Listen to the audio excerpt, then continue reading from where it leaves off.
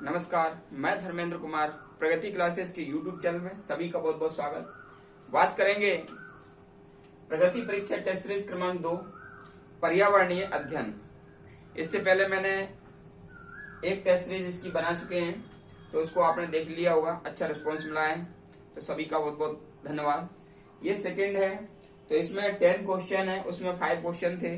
ठीक है, तो देख लेते हैं इसको। पहला प्रश्न है, किसी जगह पर फ्लोरा और फौना सूचित करता है। तो ये क्वेश्चन कई बार पूछ चुके हैं कि फ्लोरा और फौना किसको सूचित करते हैं। तो फ्लोरा वनस्पति को सूचित करता है और फौना जंतु को सूचित करता है। ठीक है, और इसको कैसे याद रखेंगे कि फोन कौन यूज करता है? जंतु। जैसे मानव कौन है? जंतु।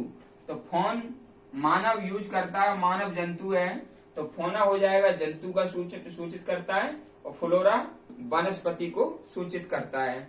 दूसरा प्रश्न देख लेते हैं। दूसरा प्रश्न है,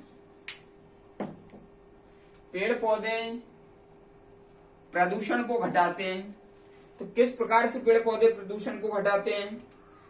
तो आपको पता होगा कि जो पेड़ पौधे हैं, जब प्रकाश संश्लेषण की क्रिया करते हैं, तो उस स्थिति में यह भूमि से जल लेते हैं, वायुमंडल से CO2 लेते हैं और उससे UV लाइट लेते हैं, पराबैंगनी किरण लेते हैं, और पेड़ पौधों में जो पत्तियों में वो क्लोरोफिल पाया जाता है, तो इन सबको मिलाकर ये जटिल कार्बोहाइड्रेट बनाते हैं। और इस प्रोसेस में जो जल होता है, जल के अणु से ये पौधे ऑक्सीजन को अपघटित करते हैं और वह ऑक्सीजन पर्यावरण में फैल जाती है, जिससे कि जो अन्य जंतु हैं उनको यह श्वसन में मदद करती है। तो इसलिए जो प्रदूषण है वह पेड़ पौधे घटाते हैं, और जो वायुमंडल में CO2 है उसका उपयोग ये प्रकाश संश्लेषण में करते हैं। तो एक प्रश्न यही उठता है कि जो पेड़ पौधे हैं वह O2 निष्कासित करते हैं, वह किससे निष्कासित करते हैं? जल के अणु से।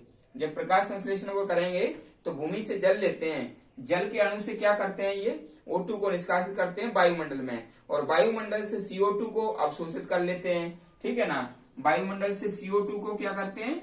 अवशोषित करते हैं। तो इस प्रकार से ये O2 लेते हैं, O2 वायुमंडल में छोड़ते हैं और CO2 लेते हैं, और इसलिए ये क्या करते हैं? प्रदूषण को मुक्त करते हैं भाई। ठीक है, या प्रदूषण को कम करते हैं। अगला देख लेते हैं प्रश्न क्रमांक तीसरा, WWW का तात्पर्य क्या है? ठीक है, तो WWF है ना, तो WWF है वर्ल्ड वाइल्ड लाइफ फंड। ठीक है, ये है, और इसकी जो स्थापना है, स्थापना 29 अप्रैल 1961 को हुई थी, और इसका मुख्यालय स्विट्जरलैंड, और इसका जो प्रतीक चिन्ह है यानी कि सिंबल, वह है लाल पांडा। लाल पांडा इसका सिंबल है। लाल पांडा चीन का राष्ट्रीय पशु है। ठीक है, तो ये याद रखना है। अगला है प्रश्न नंबर 4। तो प्रश्न नंबर 4 ये कहता है कि भारत में कुल रामसर साइट की संख्या कितनी है? ठीक है, तो मैं आपको बता देता हूं कि जो रामसर साइट है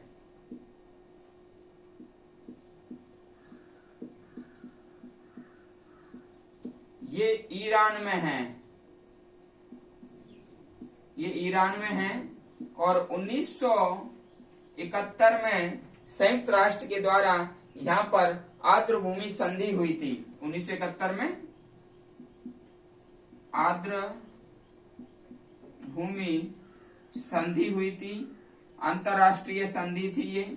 और इसके तहत जहां पर भी वेटलैंड है या आर्द्र भूमि है उसको चिन्हित करके और जीवों के लिए वो अनुकूल बनाया गया। तो अभी 2022 की स्थिति में भारत में 75 रामसर साइट हैं, ठीक है। और भारत में सबसे ज्यादा सर्वाधिक रामसर साइट तमिलनाडु में है, और ये तमिलनाडु में है 14। और दूसरा नंबर है यूपी का, यूपी में 10 हैं और एमपी में 4 रामसर साइट हैं, ठीक है। एमपी में 4 रामसर साइट हैं, यूपी में 10 रामसर साइट हैं और सबसे ज्यादा हैं तमिलनाडु में 14 रामसर साइट हैं, ठीक है। तो जो 2 फरवरी है उस दिन आर्द्र भूमि दिवस मनाया जाता है, ठीक है। तो इसको मैं और आगे समझाता हूं कि 2 फरवरी को आर्द्र भूमि दिवस मनाया जाता है। 2 फरवरी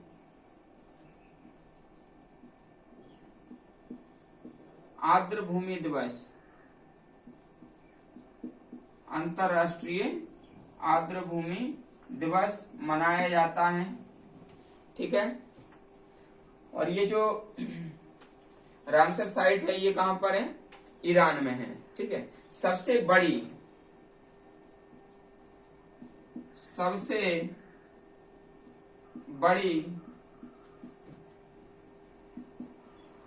आर्द्र भूमि क्षेत्र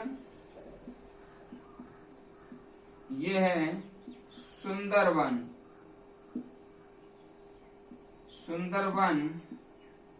क्षेत्र, ठीक है। सबसे छोटा आर्द्र भूमि क्षेत्र है रेणुका वेटलैंड है हिमाचल प्रदेश में, हिमाचल में, ठीक है ना। और ये है पश्चिम बंगाल में। तो याद रख लेना सबसे बड़ा जो आर्द्र भूमि क्षेत्र है वो कहां पर है? वह है सुंदरवन क्षेत्र में पश्चिम बंगाल में। और ये सबसे छोटा जो आर्द्र भूमि क्षेत्र है वह हिमाचल प्रदेश के रेणुका में है। और 2 फरवरी को अंतर्राष्ट्रीय आर्द्र भूमि दिवस मनाया जाता है। अभी कुल आर्द्र भूमि क्षेत्र यानी कि वेटलैंड प्लेस कितने हैं?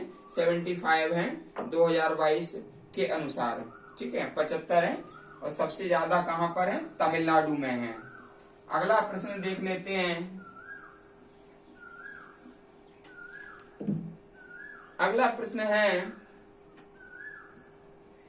राष्ट्रीय जल अकादमी कहाँ है? तो जल अकादमी है पुणे में। जल अकादमी कहाँ पर है? पुणे, महाराष्ट्र में है, याद कर लेना।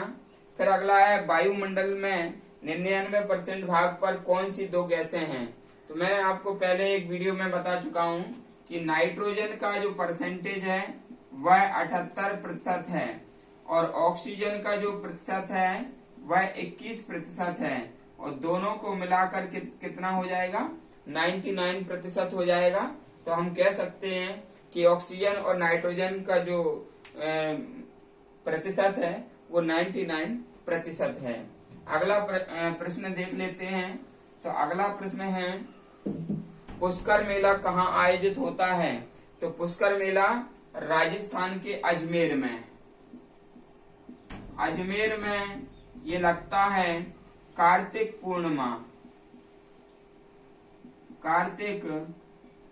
पूर्णिमा के दिन ये लगता है ना। अजमेर को राजस्थान का हृदय भी कहा जाता है, ठीक है। तो याद कर लेना। भारत में पहली रेलगाड़ी कब चलाई गई? तो ये प्रश्न भी कभी कभी पूछ लिया जाता है। वैसे तो ये सरल है लेकिन इससे जुड़े हुए क्वेश्चन में आपको यहाँ पर बताऊंगा कि भारत में पहली रेलगाड़ी कब चली। क्या है? 16 अप्रैल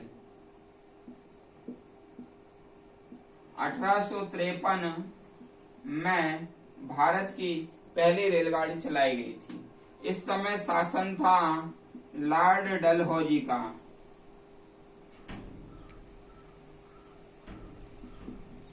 लॉर्ड डलहौजी का शासन था, ये चलाई गई थी। और 16 अप्रैल को मनाते हैं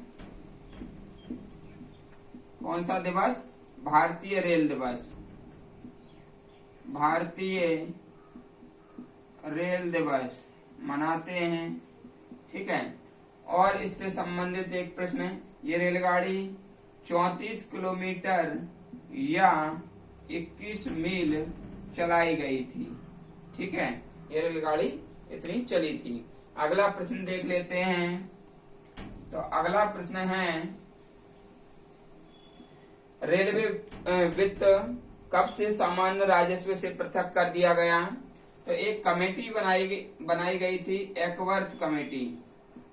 एकवर्थ कमेटी बनी थी जो 1921 में बनी थी और 1924 में इसने रिपोर्ट दी थी, ठीक है ना। और ये बनी थी कब? 1921 में। इसने कहा था कि भारतीय जो आम बजट है और रेल बजट है, रेल बजट को अलग पेश किया जाए, ठीक है। लेकिन ये तो 1924 इसका आंसर आ जाएगा। लेकिन मैं आपको बता दूं 2017 में ये विवेक देवराय समिति बनी, विवेक देवराय, ठीक है ना, समिति। तो इस समिति ने ये कहा कि दोनों को मिला दिया जाए। तो अभी जो आम बजट है प्लस रेल बजट है, दोनों को मिला दिया गया। अब दोनों एक साथ ही पेश किए जाते हैं। अगला प्रश्न देख लेते हैं, लास्ट प्रश्न है ये।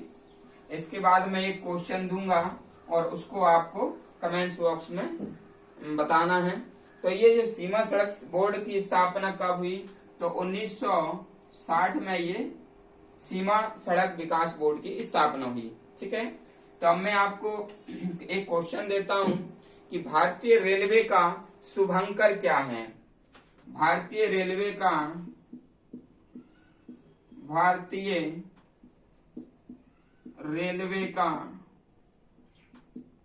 शुभंकर क्या है?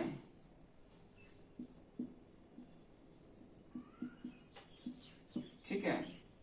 तो एक प्रश्न तो ये है और दूसरा ये कि भारत में पोस्टल इंडेक्स नंबर कब जारी किया गया? कब से प्रारंभ हुआ? पिन प्रणाली कब से प्रारंभ हुई? तो ये दो क्वेश्चन का आप आंसर कमेंट बॉक्स में देना। पहला है भारतीय रेलवे का शुभंकर क्या है और दूसरा है PIN कब से प्रारंभ किया गया, ठीक है। वीडियो आपको कैसा लगा आप कमेंट्स करके बताइएगा। और ये सामान्य अध्ययन के अंतर्गत जो पर्यावरणीय अध्ययन का मैं ये टेस्ट सीरीज बना रहा हूँ, ये वर्ग 1, 2, 3, इसके अलावा MPPSC और मध्य प्रदेश पटवारी, मध्य प्रदेश SI और जितना भी SSC के एग्जाम कंडक्ट होते हैं, PV के द्वारा एग्जाम कंडक्ट होते हैं, सभी के लिए ये लाभकारी है। क्योंकि इसमें एक विषय नहीं है, पर्यावरण के अंतर्गत आपका साइंस भी आ जाता है, पर्यावरण के अंतर्गत आपका ज्योग्राफी भी आ जाता है, पर्यावरण के अंतर्गत आपका जो एनवायरमेंट तो आता ही है, ठीक है ना, और ट्रेडिशनल चीज भी आ जाती है। तो ये पर्यावरणीय अध्ययन यानी कि सभी प्रकार का जैविक अजैविक घटक इसमें आता है, फिजिक्स का भी इसमें आ जाते हैं क्वेश्चन। तो इसलिए ये मल्टीपर्पज टेस्ट सीरीज है पर्यावरणीय अध्ययन की। तो आप अच्छे से इसको देखें और वीडियो को अधिक से अधिक शेयर करें और जो संबंधित प्रश्न मैंने पूछे इसका जवाब भी आप कमेंट्स बॉक्स में दें। और देखते हैं सबसे पहले कौन कमेंट्स बॉक्स में ये आंसर देता है। और सभी का बहुत बहुत धन्यवाद।